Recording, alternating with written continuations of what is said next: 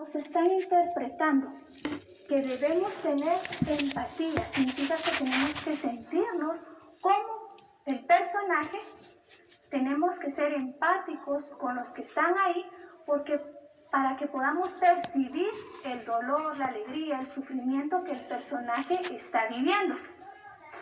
Y por último, en la estructura tenemos 3 partes muy importantes. Inicio, que es la presentación.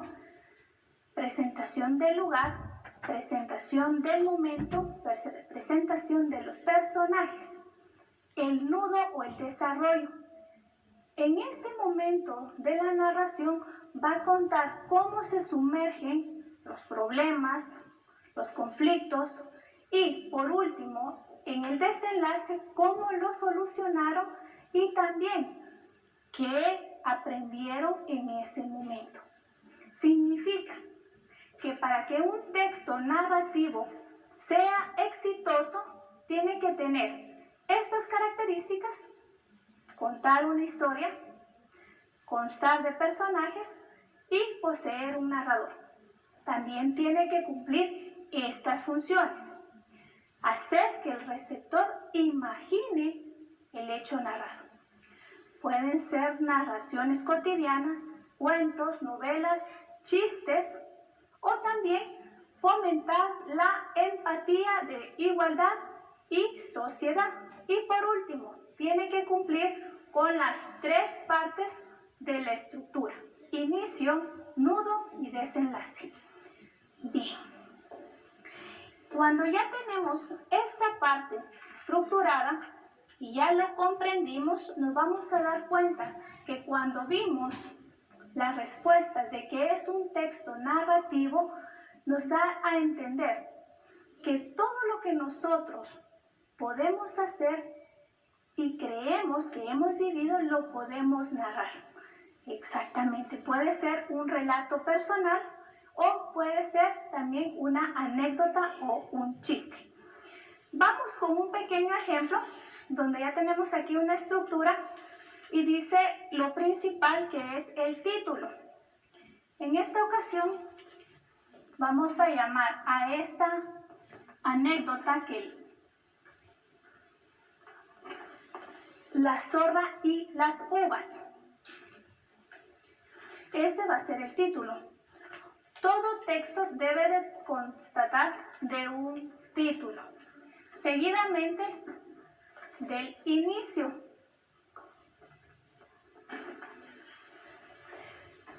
Dice: había una vez una zorra que vio unas uvas, unos hermosos y jugosos racimos de uvas, ya maduras y listas para comer. Dice en el inicio, ¿dónde ocurre la historia? ¿Cuándo ocurre? ¿Quién o quiénes son los personajes? ¿De quién estamos hablando aquí? Ah, muy bien. De una zorra y unas uvas.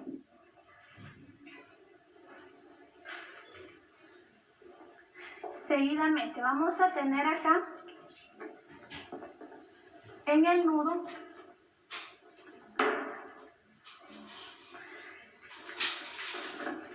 como se encontraba con hambre, quiso agarrarlos y empezó a buscar la manera de alcanzarlos, porque se encontraban en lo alto. Saltó una y otra vez, pero no los alcanzó. Si nos damos cuenta, ya empezó la complicación de la historia.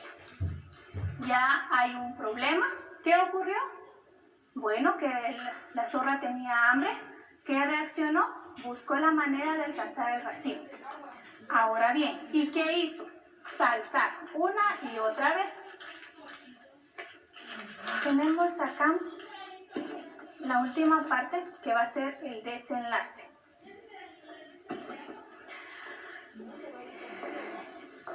Entonces, hizo un último intento, pero no lo alcanzó. Se alejó con el estómago vacío diciendo: estas uvas no están maduras. Imagino no están tan jugosas como parecen. Y así es como termina la historia. ¿Qué podemos aprender? que en ocasiones nos rendimos como este personaje. Cuando tenemos un obstáculo, consideramos que no lo podemos alcanzar, aunque lo hayamos intentado una y otra vez. Pero si no rendimos, nunca vamos a poder saborear el éxito de algún sacrificio, de algún esfuerzo, de algún logro que nosotros tengamos. Y podemos justificarlo como lo hizo aquí el personaje. No estaban maduras, no estaban jugosas. Podemos decir también, no me voy a esforzar, no valía la pena, no era para mí. En ocasiones actuamos de esta misma manera. Si nos damos cuenta, este relato fomentó la empatía. ¿Por qué razón? Porque vamos a hacer la comparación en qué momento, como el personaje anterior, nos rendimos. En qué momento decidimos luchar, pero también de tanto intentarlo consideramos que no somos merecedores. Entonces sí fomentamos la empatía. Segundo, es una narración cotidiana, cuento, novela, relato. Es una pequeña fábula. Ahora bien, ¿qué característica? ¿Había personajes? Sí. ¿Poseía un narrador? Sí. ¿Contó una anécdota? Por supuesto que sí. Ahora bien, este pequeño relato cumplió con las características, las funciones y la estructura. Y si nos damos cuenta, respondimos cada una de las preguntas que están en la estructura de un texto narrativo. Ahora bien, ¿qué tipo de texto fue? ¿Será que fue informativo o literario? Fue literario. ¿Determinó una sucesión de eventos? Por supuesto que sí. Primero, vio las uvas. Segundo, ¿qué hizo? Intentó atraparlas. Y por último, se rindió.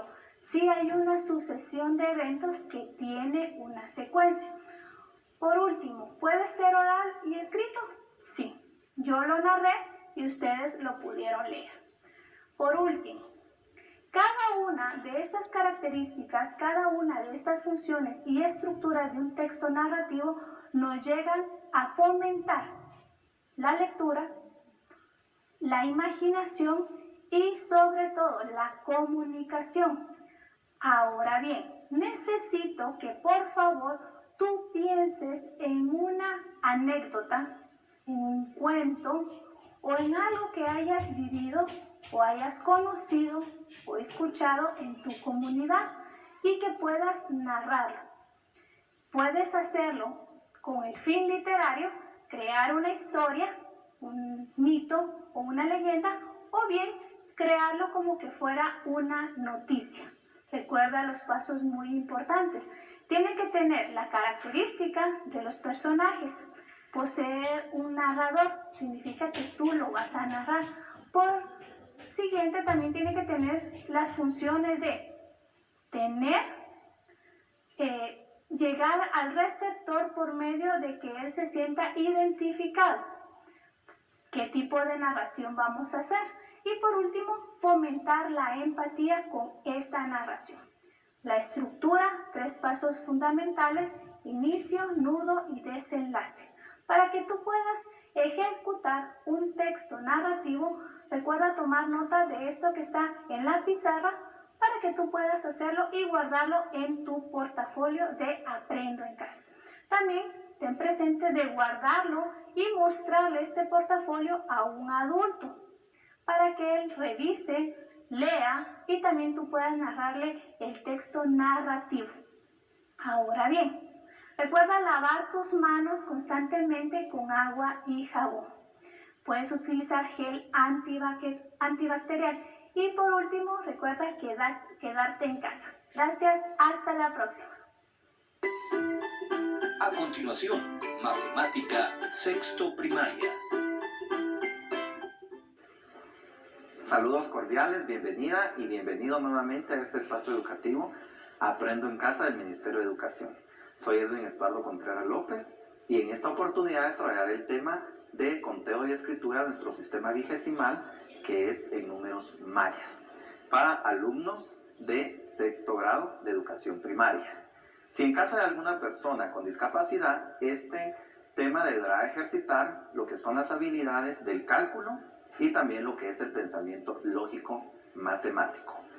También te recuerdo algo muy importante, siempre el lavado de manos con agua y jabón.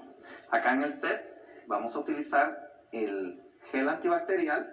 Siempre recuerda que debes de aplicar la misma técnica cuando utilizas agua y jabón.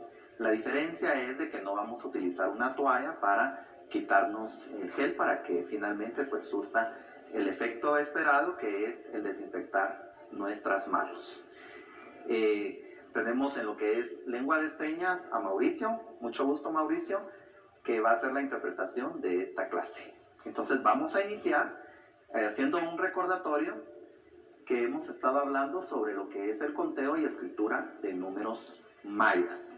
Como te he dicho anteriormente, existen muchos sistemas de numeración. El que comúnmente nosotros utilizamos es nuestro sistema decimal.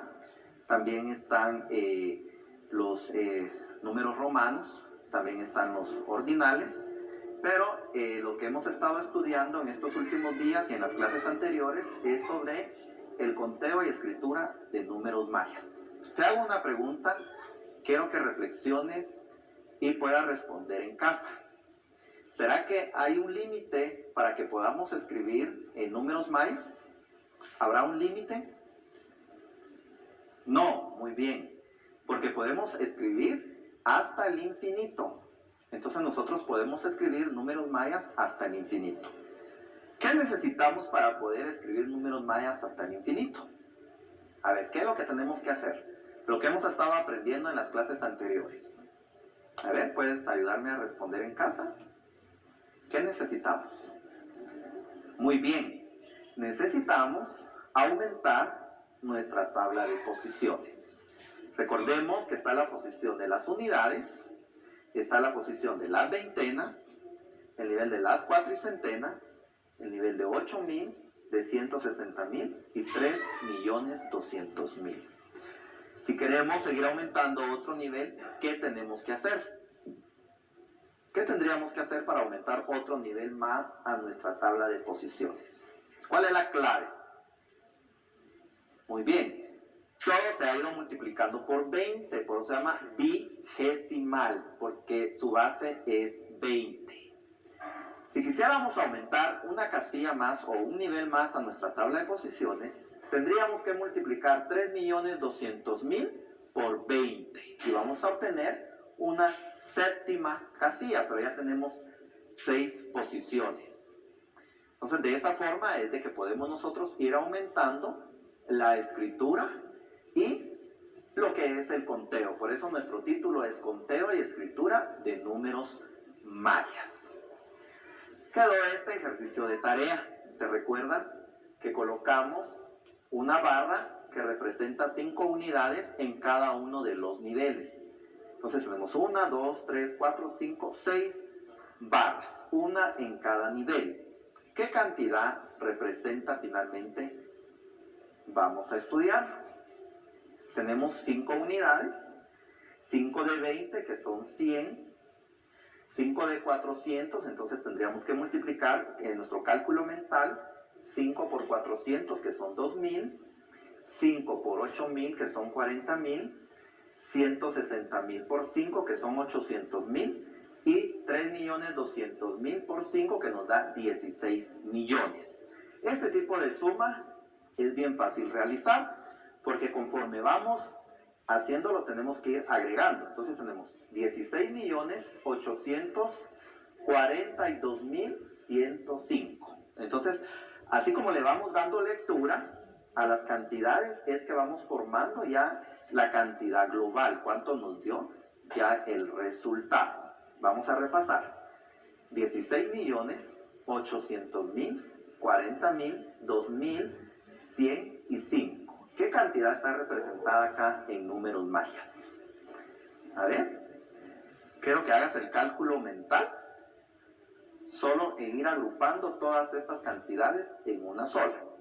Muy bien. Entonces, como si te das cuenta la forma que lo voy a ir haciendo. 16.842.105. Y acá está escrito, finalmente, si puedes observar, 16.842.105. Es la cantidad que hemos formado. Entonces, si en casa realizaste esta actividad y te salió este resultado, si obtuviste ese resultado, excelente, lo has hecho muy bien. Y esto quiere decir de que has entendido entonces ya la estructura de nuestro sistema vigesimal, lo que es el sistema de numeración maya. Lo has estado haciendo muy bien. Hay que aceptar los retos, porque los retos nos llevan a un nuevo nivel de aprendizaje. Y eso es lo que necesitamos, cada día aprender algo nuevo, algo diferente que nos va a servir para la vida. Vamos a ver otro ejemplo. Vamos a quitar este. Lo vamos a hacer acá a un lado para que podamos tener un poco más de espacio. Y vamos a colocar un nuevo cartel.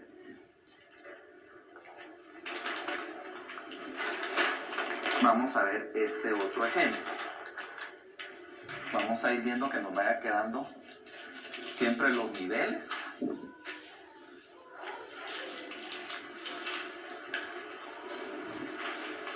Okay. Bueno, nos cayó, pero vamos a levantarlo. Y vamos a colocar acá arribita este otro ejemplo.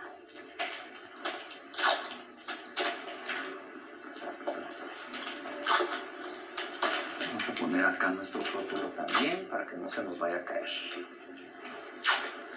Ahí estamos. Muy bien. Entonces tenemos ahora aquí que nos dan unas cantidades que tenemos que sumar. Entonces tenemos que ver cuánto debemos de colocar en cada nivel. ¿Qué unidades corresponden? Recuerda que solo podemos colocar hasta el número 19 en cada uno de los niveles, pero son 19 de 20, 19 de 400, 19 de 8.000, 19 de 160.000 y 19 de 3.200.000.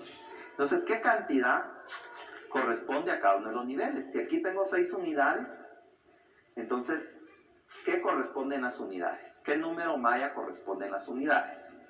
Muy bien, corresponde el número 6, porque 6 por 1, 6. Entonces quiero que vayas descubriendo. ¿Por qué el número multiplicado 120 en 20 nos va a dar 120? ¿Por qué el número estamos multiplicando 20? ¿Será por 5? Nos da 100. Entonces quiere decir que también estamos multiplicando por 6. 6 por 20, 120. Entonces vamos a colocar 6 unidades. 5 unidades teníamos 2.000. Quiero que vayas dando cuenta acá también que tenemos el ejemplo anterior. Si 5 unidades tenemos 2.000 y ahora tenemos 2.400, ¿cuántas unidades más le agregamos a ese nivel? Ya habían 5. Quiere decir que le agregamos uno más, ya son 2.400. Entonces teníamos 5 unidades y agregamos una más. Tenemos ahora 6. 6 de 400, que son 2.400. En el anterior tenemos 40.000, que era 8.000 por 5, 40.000, pero ahora tenemos 48.000. ¿Cuánto se le agregó al 5? A ver, vamos a agregar una más. Entonces tenemos ahora 6 por 8.000, 48.000.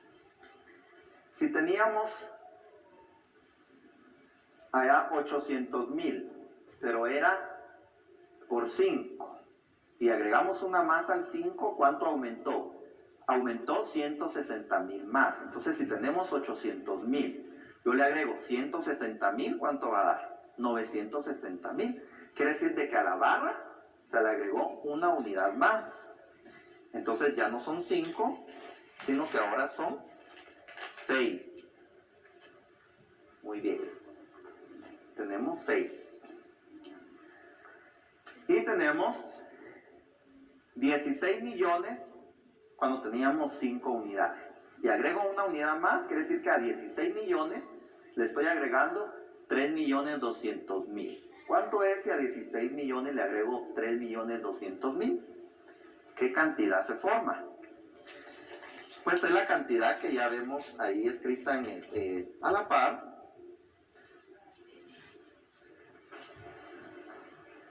Que va a ser 6 por 3.200.000 nos va a dar 19.200.000.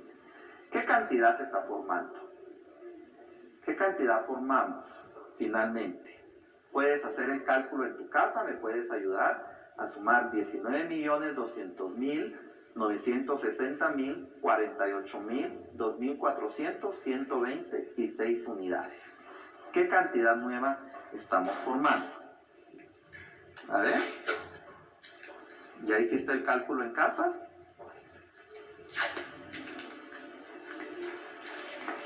Muy bien. Hemos formado la cantidad que vamos a colocar aquí abajo. ¿Puedes observar qué cantidad, cómo se lee esta cantidad? Quiere decir de que 6 unidades en cada nivel, que tenemos 6 niveles, 6 unidades en cada uno, está representando en números mayas la cantidad de 20.200.526. Es increíble, ¿verdad? Antes tal vez no tenías esa idea de que podíamos escribir números mayas después del 19. Ahora estamos viendo hasta 20.200.526. Entonces todo es cuestión de práctica, todo es cuestión de cálculo, de saber qué ocupa, qué representa cada uno de los niveles, qué cantidad está representando y por cuánto debemos de multiplicar. Entonces, como todavía tenemos tiempo, vamos a ver otro ejercicio. Vamos a quitar este cartel para poder colocar otro.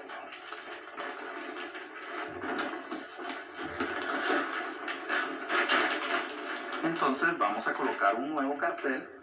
Ahora quiero que identifiques, la clave va a estar en el primer nivel. En el primer nivel, ¿qué cantidad se está formando? Entonces vas a poder identificar a qué se está refiriendo.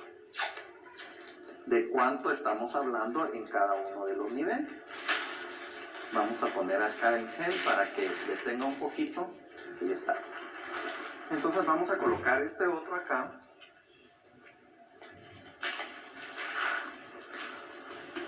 Vamos a reforzar. Entonces tienes que identificar, quiero que observes el primer nivel. ¿Cuántos hay en el primer nivel? Muy bien. Hay 10. Entonces, ¿cuántas barras necesitamos en el primer nivel? Vamos a usar acá un marcador. ¿Cuántas barras hay en el primero? A ver. 2 barras. Muy bien. Que son 10 por 1 igual a 10. Entonces, ¿cuántas barras van a haber en el segundo para que el resultado sea 200? ¿Por cuánto hay que multiplicar 20 para que nos dé 200? 5 ya aprendimos que son 100. Esto nos va a dar la clave. El primer ejercicio nos va a dar la clave. Quiero que observes el primer ejercicio. En el primer ejercicio teníamos una barra en cada nivel. Muy bien. Ahora vamos a tener 2 barras en cada nivel.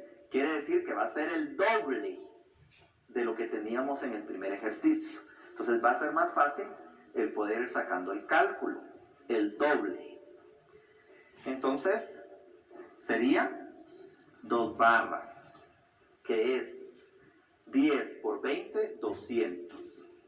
Si en el primer ejercicio teníamos 5 barras, que son 2000, pero aquí tenemos 4000, que es el doble, quiere decir de que son 2 barras, que representa 10 por 400, 4000. Si allá teníamos 40.000, que solo teníamos una barra, pero ahora tenemos el doble, quiere decir una barra.